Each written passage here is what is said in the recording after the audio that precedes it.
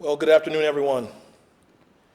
Now, it's been about 4 months since we started adjusting to what you can call the new normal. We've been doing that together for now 4 months. As of today, the city of Richmond is currently in phase 3 of Governor Northam's Forward Virginia plan. And if you have any questions about what this means for you and your business, for those who patron your businesses, visit rvastrong.org/reopening guidance. Again, rvastrong.org/reopening guidance. City government offices and facilities are also in phase 3 of operations as well.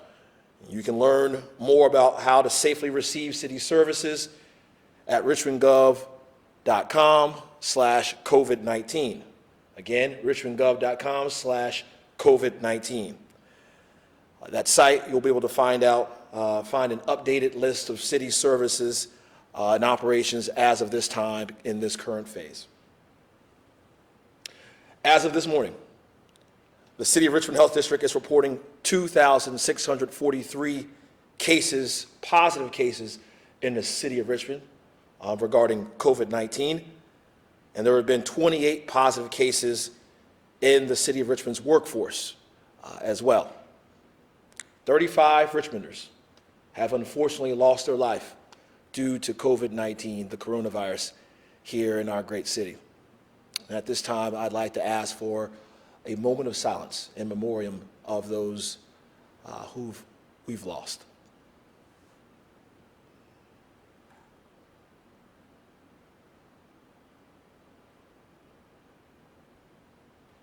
Thank you. The City of Richmond continues to rely on our box it in strategy, and that is testing, tracing, and isolating. Regardless of the whatever phase we're in, is it phase 1, phase 2, phase 3, we believe this is the true tool to ensure that all individuals living in the City of Richmond get everything they need to survive this pandemic. Community testing events continue to be available to the broad public, regardless of insurance, citizen status, mobility, or geographic location. And I want to emphasize today, if it would make you, your family, or your coworkers more comfortable, you should get tested. We've been talking about this now for roughly 4 months. Testing is more available than it was back when we began this, back in March. If it makes your family more comfortable, your coworkers more comfortable, we ask that you go ahead and get tested. And fortunately, here in the City of Richmond, we have options available for those who desire to be tested.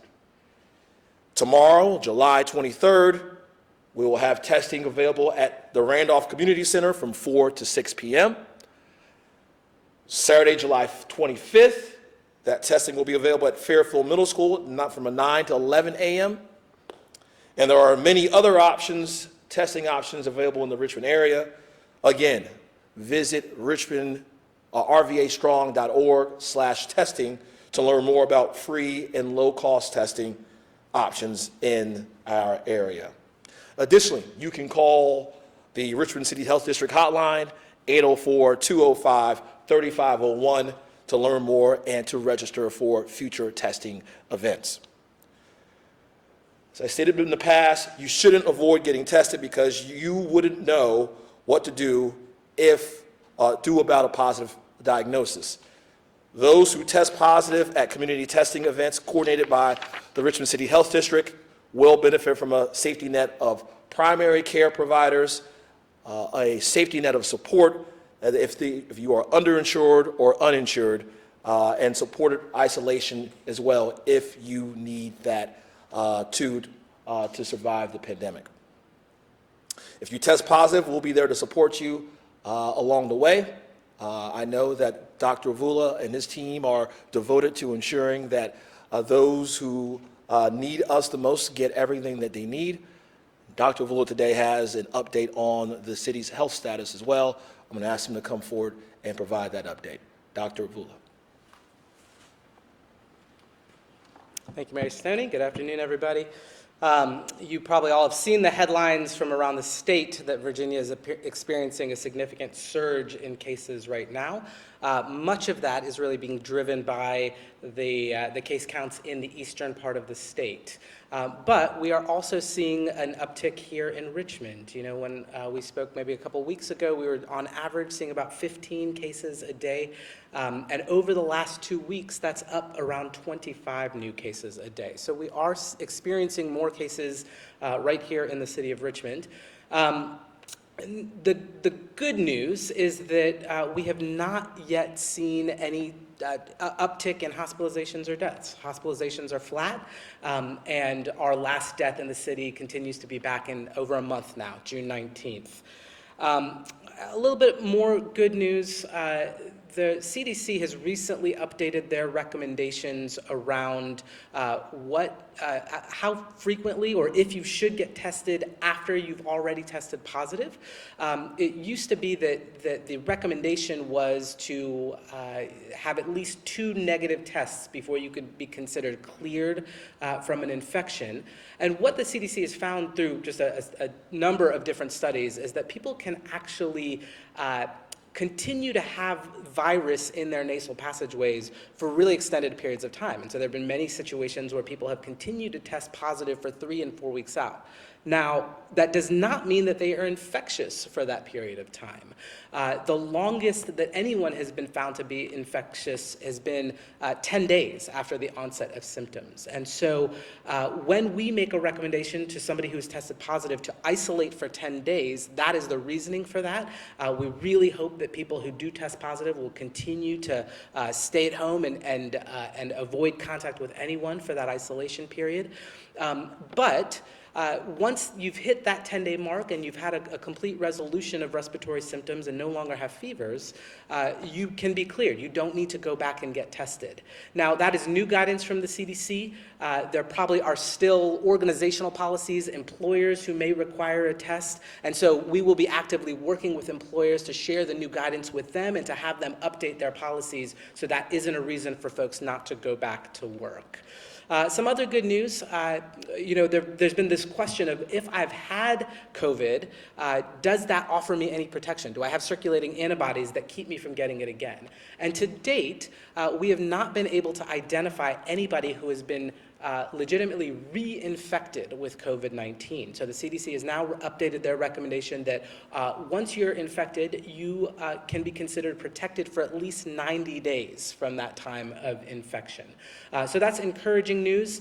And then on the last front with vaccination, we continue to look at a target date at the end of 2020 and perhaps early 21 for the larger population. Trials continue all over the world and still look promising in terms of actually being able to elicit an antibody response. And so VDH and the local health districts continue to organize our resources for mass vaccination and mass distribution perhaps as early as the end of 2020. Thank you. And thank you, Dr. Avula. And I'm just going to add to some of Dr. Avula's comments, and that is the fact that we are experiencing a slight uptick means that we still must be vigilant. We must still practice social distancing. You must wear your mask, continue to wash your hands, and keep a distance from people who are outside your family household. This is all going to be dependent upon us. And I know I sound like a broken record, but this is the biggest team project we've ever experienced in our lives. And it takes all of us adhering to the CDC guidelines, allowing us to still move about in a free fashion, but in order to do that, you got to be able to wear your mask, wear that face covering, and help reduce the transmission of this disease. I do have Jason Cameras, the superintendent of Richmond Public Schools, with us. He'll be available for questions. But what I'd like to bring up is the director of Richmond Public Libraries, and that is Scott Firestein, to talk a little bit, give an announcement from Richmond Public Libraries and talk a little bit about what's going on there. So, Scott.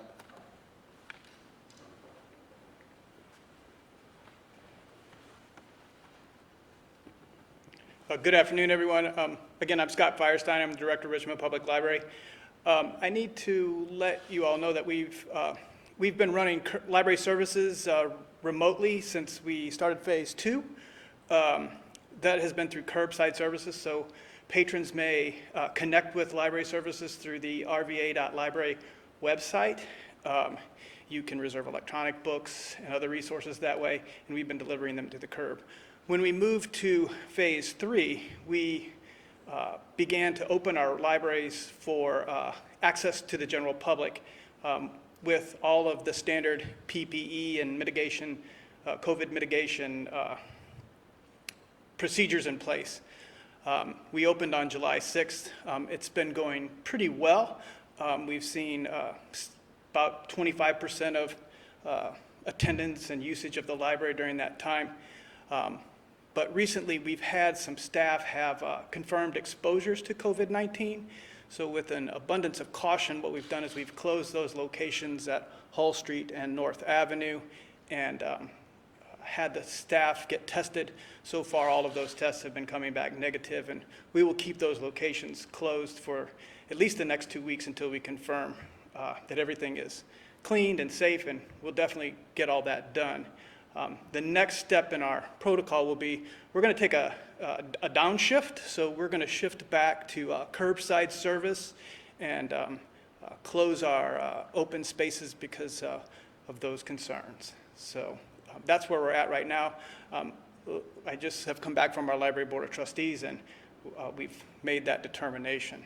The main focus of what we're really trying to do is we're making sure that we can serve our public as safely as possible with the resources, with as many resources as we can. And we've been very successful serving our patrons electronically through the website, through digital downloads, streaming. If people need to request a book, we can deliver that to their car contactlessly at any one of our locations. And that's what we'll continue until until probably Labor Day. So that's where we're at right now.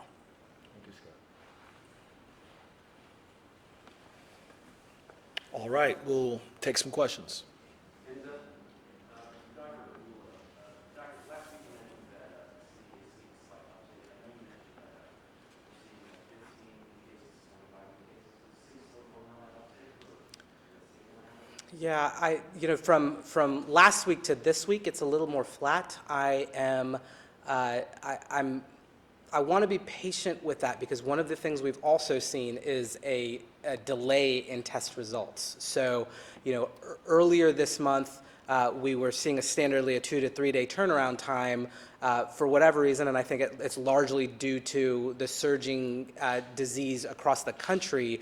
Our commercial labs are looking at more of a 7 to 9 day turnaround. Our state lab continues to have about a 2 to 3 day turnaround, and now there are some rapid testing options as well. So there's some balancing going on there.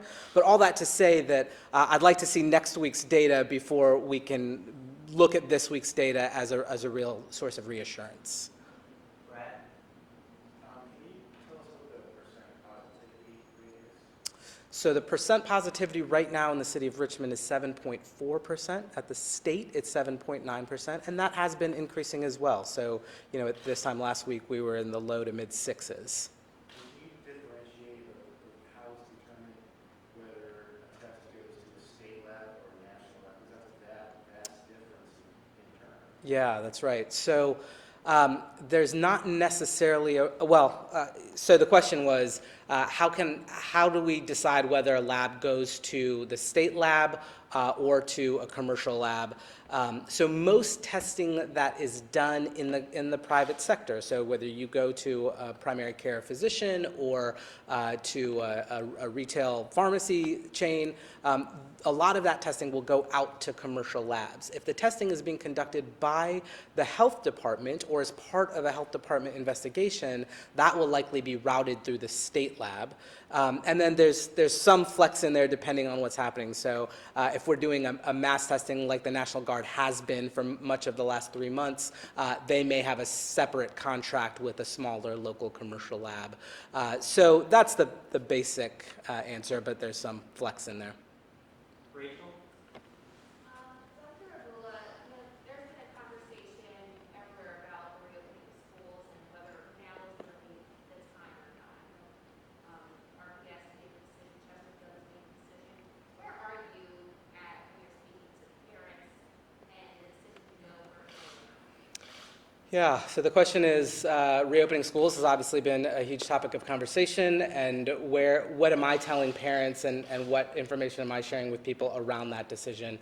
Largely what I point to is the data that exists in the literature over the last couple of months about, one, the risk of transmission in children, two, the contribution that the opening of schools has to overall community spread. And there have been not many studies on that domestically because there have not been that many schools that have been opened in the United States. But there's a growing body of literature around that internationally. And then we do have the case reports and data out of the daycare sector here in the United States, as daycares have continued to stay open throughout the pandemic to provide care for the children of essential workers. So what do I tell parents? I mean, largely what the data shows, and in fact, just this past week, the National Academy of Sciences put out kind of a compendium around school opening, really doing a thorough look at all of that data. And what they reported is consistent with what the American Academy of Pediatrics and many other bodies have put out there, which is that younger kids, 10 and under, tend not to drive the transmission of COVID-19. Now, they can get COVID-19, but when they get it, they typically have very mild disease or asymptomatic disease, which means when they get it, they're not spreading it very easily. Now, older kids, adolescents, do tend to spread more like adults. And so I think, my general guidance to parents and to the Richmond and Henrico school boards as I'm having those conversations on a regular basis are that we've got to have a really nuanced approach to school reopening. And obviously, Richmond has already made their decision to go virtual. Henrico has made the recommendation that will come to a vote on Thursday.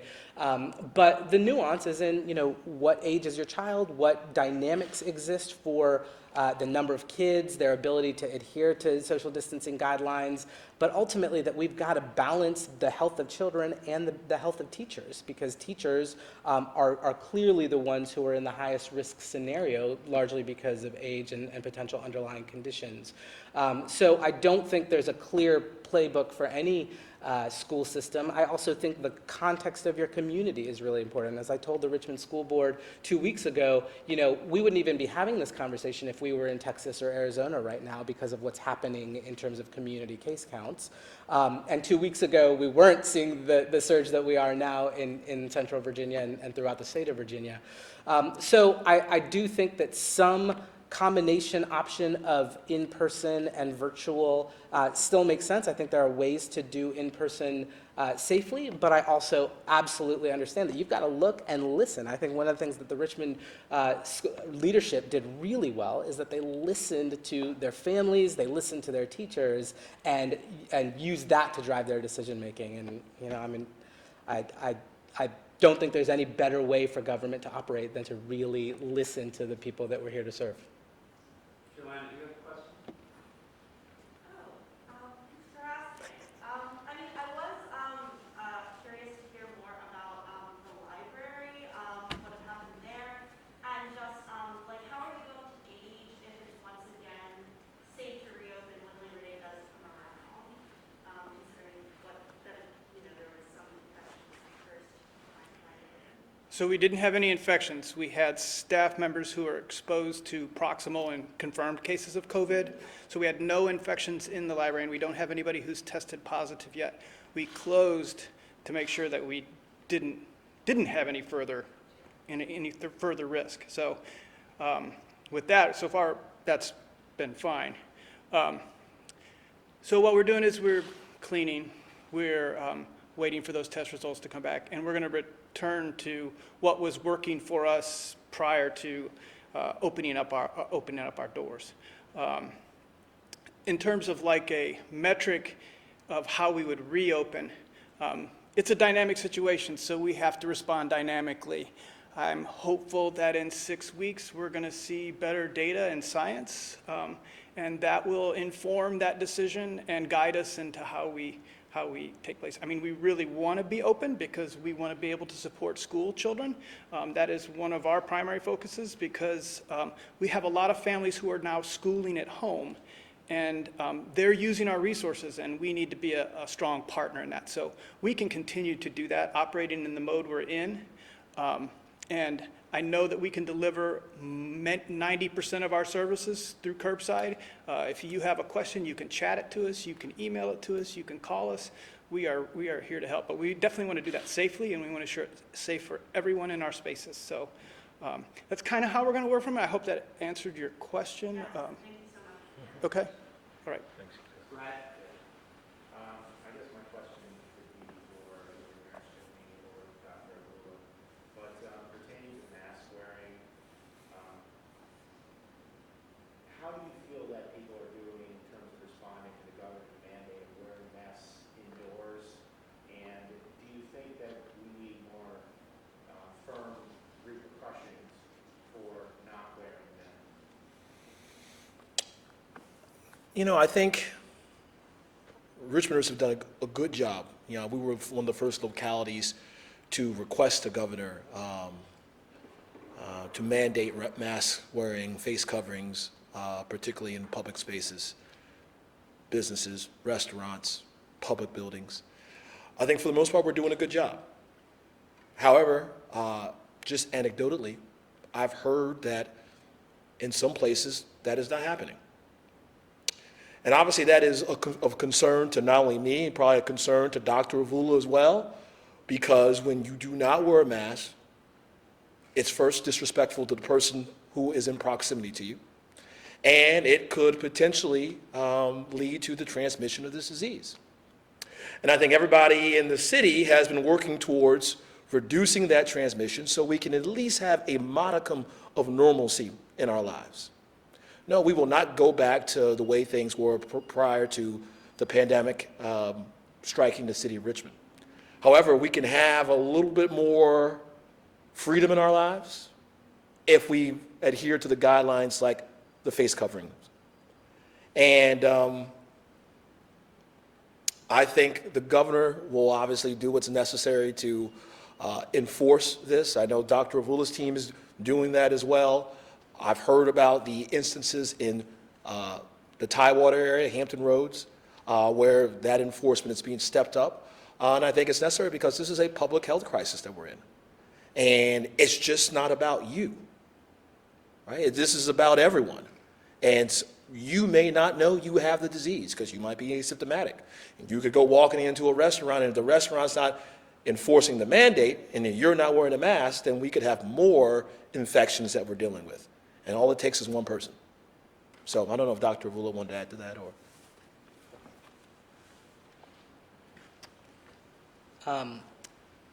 I do think enforcement is going to become a more important part of what we are doing as a health department. Clearly, the governor has, had the passage of emergency regulations that are, I think, should be finalized when they're publicly posted next week. What is happening right now is that, VDH and the local health districts are being tasked with response to complaints and enforcement of the executive orders. And so we have been doing that to some degree with restaurants, because that's typically, it's historically who we have had enforcement authority around. And so we will always lead with the education and support, because we understand that there is a lot of technical guidance. People may not understand what it is, but wearing masks is somewhat clear, and I say somewhat because if you're eating or drinking, you don't need to be wearing a mask. If you're working back in the kitchen, if you're not actually out front working with customers, you don't need to be wearing a mask. And so there are some nuances to the way that the mask guidelines are built that I think it's helpful for the public to understand. But the way that it's been working is that we are fielding hundreds of complaints about different businesses, and then we will follow up with a phone call or an in-person visit. And then if there are egregious situations, and we haven't had any yet, but if there are, then we would threaten to to pull a permit to cease operations until that's resolved. So, and the state right now is not only positioning VDH to do that, but also all state agencies that certify different types of businesses, so VDAX, DPOR, et cetera. Last question, Enzo.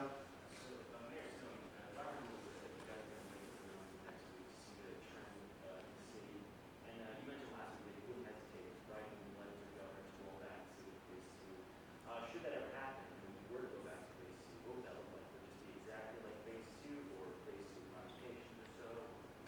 The question was in regards to a question I answered last week about phasing back down to phase two if necessary. And as I stated last week, I would not hesitate if the data were to show something that looked like earlier in the midst of this pandemic here in the city of Richmond. We would obviously absolutely request the governor allow for us to phase down to phase two. That phase two would look exactly like phase two was prior to us entering phase three, which means is just a reduction of the capacities, I guess you could say, in some of these different places. I think you would see phasing down to just outdoor seating for restaurants and no indoor seating at all. And I think it's key for government officials to just keep an eye on the data, right? This can't be a gut feeling like I've stated before. This is about watching the data and where the data goes. And we've always stated that the virus will dictate the timeline. The virus will dictate our actions. And if we see a serious rise, a serious surge, we're not going to put other lives at risk. I'm going to depend upon our friends at the Virginia Department of Health, but most importantly, I'm going to depend upon Dr. Avula to advise the city on its next steps. Right now, I don't see any reason to phase down, but if we see that data that gives us the signal to move back, then we will absolutely not hesitate to do so. Thanks very much, everybody. Appreciate Thank you, everyone. Stay safe, stay strong.